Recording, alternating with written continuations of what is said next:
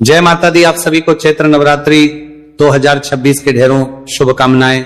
बात करेंगे कि अष्टमी कब है और नवमी तिथि नवरात्रि की कब रहेगी।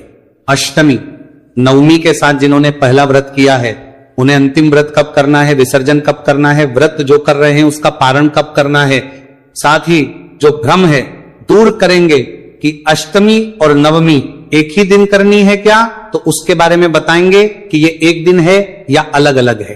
कन्या पूजन आपको कब करना चाहिए, क्या शुभ मुहूर्त रहेगा, हवन यदि आप कर रहे हैं या करते हैं तो कब करना चाहिए, किस विधि से करना चाहिए, क्या शुभ मुहूर्त रहेगा, व्रत का पारण क्या अष्टमी या नवमी को ही किया जा सकता है क्या या उसके बाद करना चाहिए, पुराणों के अनुसार नियम क्या कहते हैं।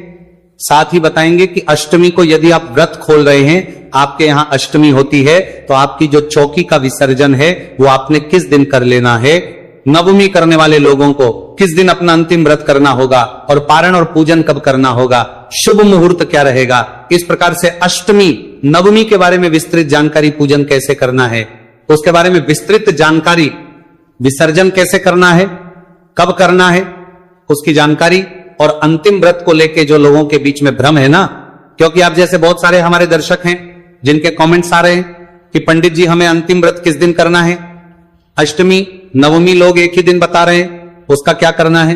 तो वो विशेष रूप से आपको समझाने का प्रयास किया जाएगा कि आपने अंतिम व्रत कब करना है और अष्टमी नवमी एक ही दिन है या अलग अलग जानकारी आरंभ करते हैं।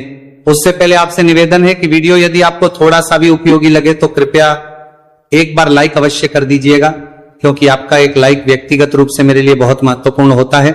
इससे मुझे यह आभास होता है कि मेरी मेहनत सफल हो रही है कि नहीं, मेरा काम आपको अच्छा लग रहा है या नहीं। तो एक बार लाइक अवश्य कर दीजिएगा। साथ ही अपने अनुष्ठान की सफलता के लिए, अपने व्रत की सफलता के लिए कमेंट बॉक्स में अवश्य लिखिएगा जय माता दी मां। आप पर अवश्य प्रसन्न होंगे। आप देख रहे हैं सनातन धर्म का संसार ज्योतिष संस्थान का प्रतिष्ठित यूट्यूब चैनल सनातन धर्म का संसार धार्मिक क्रम।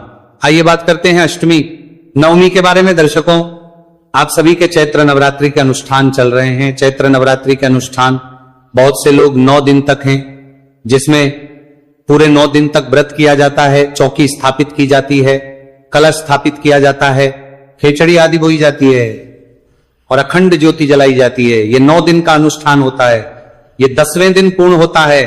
साथ ही कुछ ऐसे भी भक्तगण हैं जो माता का व्रत करते हैं पहला और अंतिम, और कुछ करते हैं प्रथम 2 दिन और अंतिम 2 दिन, इस प्रकार से जोड़ा किया जाता है। तो भिन्न भिन्न प्रकार से हमारे समाज में लोग माता का पूजन करते हैं और नवरात्रि का ये उत्सव मनाते हैं।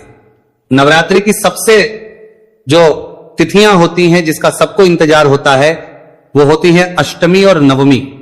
अष्टमी और नवमी इसलिए क्योंकि दुर्गाष्टमी जो अष्टमी तिथि होती है नवरात्रि की, उसको कहते हैं दुर्गाष्टमी।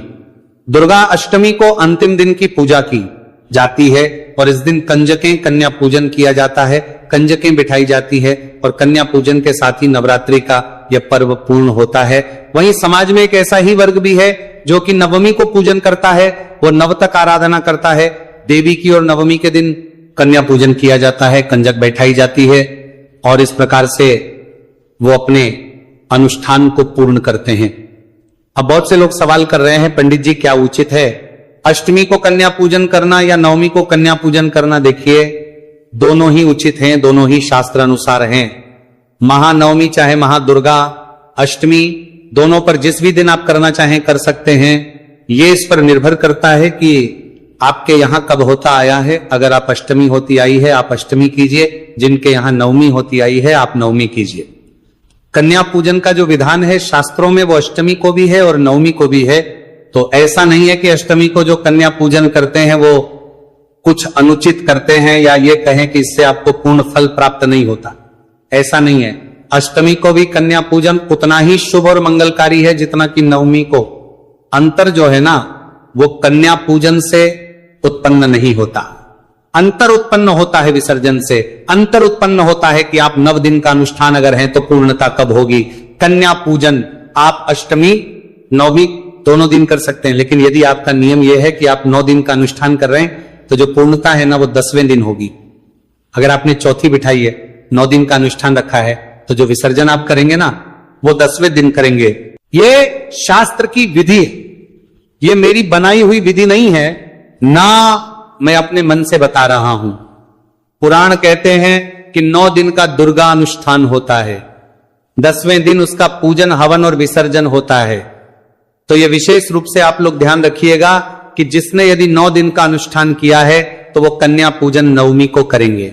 लेकिन जो विसर्जन होगा, माता की चौकी आपने लगाई है, अखंड ज्योत जो जली है वो 10वीं को ही विसर्जित होगी, 10वीं को ही हटाई जाएगी, उससे पहले आप उसे नहीं हटा सकते। प्राणों के अनुसार यह दोष जनित है कि लोग अष्टमी करते हैं, अष्टमी को कन्या पूजन करते हैं और कन्या पूजन के साथ ही जो ज्वारे आपने बोए हैं उसका विसर्जन कर देते हैं। आपने माता की चौकी लगाई थी वो 8वें दिन ही कर दी जाती है और 8वें दिन ही आपने जो कलश स्थापित किया था उसका भी विसर्जन कर दिया जाता है। यह अनुचित है, ऐसा नहीं करना चाहिए। आप अष्टमी का व्रत करते हैं, नवरात्रि पूर्ण करते हैं, माना जा सकता है, परंतु आप विसर्जन कर देंगे। नवरात्रि का अष्टमी को यह नहीं माना जा सकता। विसर्जन जो है वो 10वीं तिथि को ही कहा गया है। जितने भी हमारे दर्शक हैं वो इस चीज को ध्यान दें कि अष्टमी अगर आपके यहां होती है तो अष्टमी कन्या पूजन के लिए कही गई है, अष्टमी आपके व्रत की पूर्णता लिए कही गई है, परंतु अष्टमी माता के नवदुर्गा जो आपने नवरात्रि का जो अनुष्ठान किया है उसके विसर्जन के लिए नहीं कही गई है।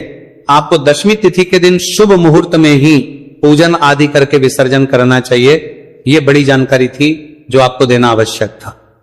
अब बात करते हैं जी कि अष्टमी किस दिन है और कंजकें जो हैं उनको कब बैठाना चाहिए, क्या शुभ मुहूर्त रहेगा, नवमी किस दिन है और कंजकों को कब बैठाना चाहिए, किस प्रकार से व्रत को पूर्ण करना चाहिए। तो अष्टमी वाले दिन आपको सूर्योदय पहले उठना चाहिए, उठने के बाद स्नान आदि करके स्वच्छ वस्त्र धारण कीजिए। स्वच्छ वस्त्र धारण करके आपकी जो दैनिक पूजा है ना वो उसी प्रकार से चलेगी जैसे कि अभी तक चलती आ रही थी।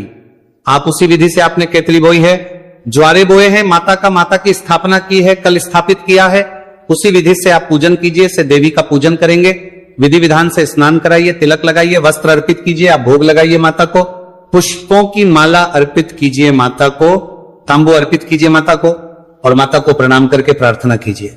इस प्रकार से आपने पूजन करना है। पूजन करने के बाद आप हवन कर सकते हैं, हवन करने के बाद आपने कन्या पूजन करना है। अब यहां पे एक सवाल ये आता है कि पंडित जी पहले कन्या पूजन करें या पहले हवन करें। तो पहले हवन करें फिर कन्या पूजन करेंगे, हवन के तदोपरांत ही कन्या पूजन होगा, इसका ध्यान दीजिएगा। एक सवाल हमारे पास आपका यह भी है कि पंडित जी कन्याओं को क्या नहीं देना चाहिए, ये विशेष रूप बताएं और क्या देना शुभ रहता है। देखिए, कन्याओं को आप कोई भी अच्छा उपहार दे सकते हैं। उपहार में आप उन्हें पढ़ने लिखने से संबंधित जो भी सामग्री है वो दे सकते हैं, कॉपी दे सकते हैं, ज्योमेट्री बॉक्स दे सकते हैं। इसके अतिरिक्त आप उन्हें लंच बॉक्स दे सकते हैं, पेन पेंसिल आदि बैग आदि भी दे सकते हैं जो उनके उपयोग का भी होगा। आपको क्या नहीं देना चाहिए, देखिए, एक तो